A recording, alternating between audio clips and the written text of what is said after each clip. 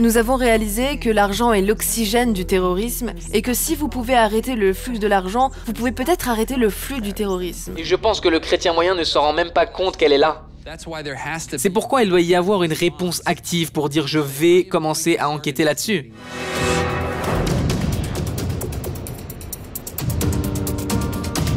Beaucoup de chrétiens ne savent peut-être pas que pour le juif moyen, le christianisme est quelque chose à craindre et même parfois à détester.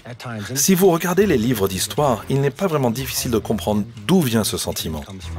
Les justes parmi les nations sont l'exception à cette règle. Mais aujourd'hui, Dieu fait quelque chose de nouveau dans le monde.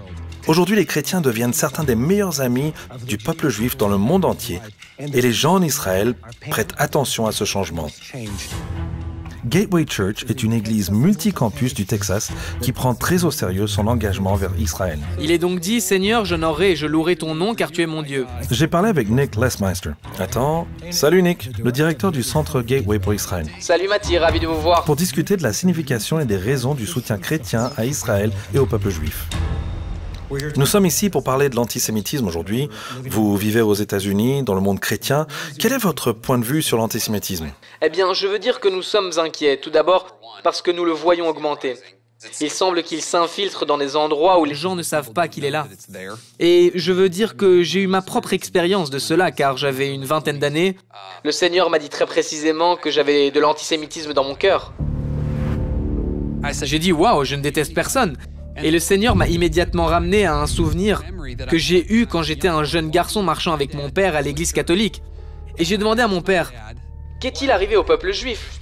Je crois que j'étudiais l'Holocauste à l'école. Et il m'a répondu rapidement et sans détour, les catholiques sont les nouveaux juifs. Et donc il était sous la définition pratique de la théologie du remplacement. L'église catholique a remplacé le peuple juif. Et donc je pense que vous pouvez absolument être chrétien et avoir de l'antisémitisme dans votre cœur. Je pense que la question la plus importante qui doit être posée, c'est comment ce sentiment s'est retrouvé dans le monde évangélique.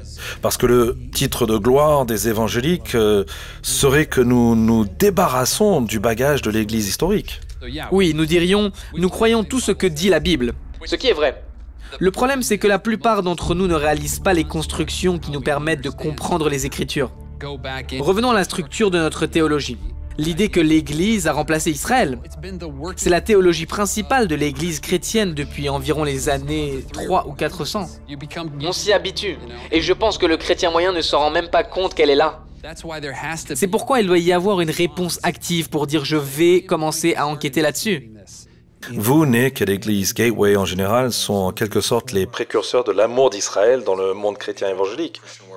Mais aussi lorsqu'il s'agit d'enseigner et de comprendre les concepts derrière le pourquoi. Je voudrais entrer un peu dans le détail de ce à quoi cela ressemble spécifiquement. Eh bien, nous pensons que chaque église doit demander au Seigneur à quoi cela ressemble pour elle. Commencez simplement par prier. Commencez par cela. Parce que je pense que lorsque vous commencez à prier, vous vous engagez dans le cœur de Dieu. Vous vous ouvrez au Saint-Esprit pour qu'il vous guide. Et il peut vous montrer les étapes à suivre de là. Vous devez faire en sorte que cela fasse partie de votre culture. Et c'est ce que nous avons fait à Gateway. Nous l'avons simplement fait comme le Seigneur nous y a conduits. Je pense qu'en résumé, si vous aimez Dieu, si vous aimez le Dieu d'Israël, alors vous devez vous attacher à aimer les choses que Dieu aime. Le but de notre vie en tant que disciples de Jésus est de nous orienter, de devenir comme lui et d'être une expression de lui sur la terre. Les chrétiens sont passés d'être l'un des plus grands ennemis du peuple juif à un de ses plus proches amis et alliés. Au fur et à mesure que les œillères spirituelles sont levées, nous, le peuple de la foi, devenons les mains et les pieds du plan de Dieu pour attirer le monde entier vers lui. Lorsque nous parlons de la lutte contre l'antisémitisme, l'éducation est vraiment la clé de la lutte à long terme. Vous devez sensibiliser les gens et leur faire prendre conscience de ce qu'est réellement l'antisémitisme. Comment il se manifeste. Notre responsabilité est celle des chrétiens et des juifs. Ensemble, nous pouvons empêcher la prochaine catastrophe. Une théologie saine d'Israël conduit à des églises saines, conduit à des chrétiens sains, conduit à des sociétés saines plus que tout.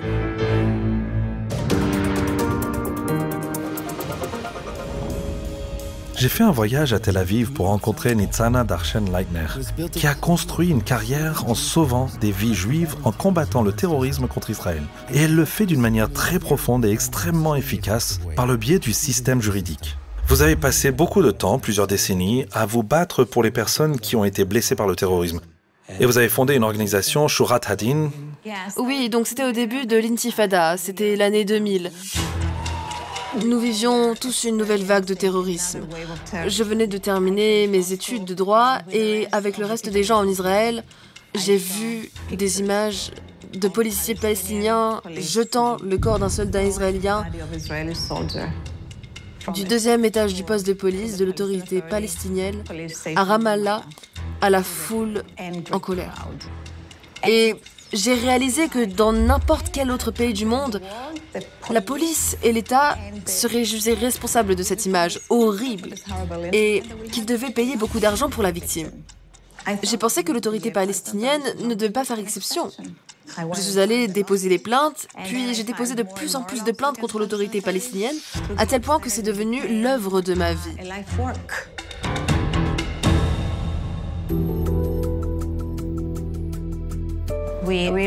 Nous avons réalisé que l'argent est l'oxygène du terrorisme et que si vous pouvez arrêter le flux de l'argent, vous pouvez peut-être arrêter le flux du terrorisme. Nous avons commencé à intenter des procès contre le Hamas, le djihad islamique, Hezbollah, l'autorité palestinienne, contre l'Iran, la Syrie, qui finançaient ces organisations. Alors quoi, vous vous en prenez à une succursale d'une banque dans un autre pays et vous dites, cette banque, on a la preuve qu'elle a acheminé de l'argent en sachant qu'il allait finir dans les mains d'une organisation terroriste. Exact. Et ensuite, vous faites quoi? Vous leur prenez l'argent? J'intente un procès contre eux au nom des victimes de terrorisme qui ont été tuées ou blessées dans une attaque de l'organisation terroriste que cette banque a soutenue, qui sont responsables de l'attaque. Aucune banque ne veut être reconnue comme une banque qui soutient une organisation terroriste. Une telle banque ne pourra plus opérer aux États-Unis, par exemple. Alors, elle règle les affaires à l'amiable et elle paie les victimes. Le chemin vers la justice est sans fin et rempli de travaux juridiques fastidieux qui peuvent durer des années.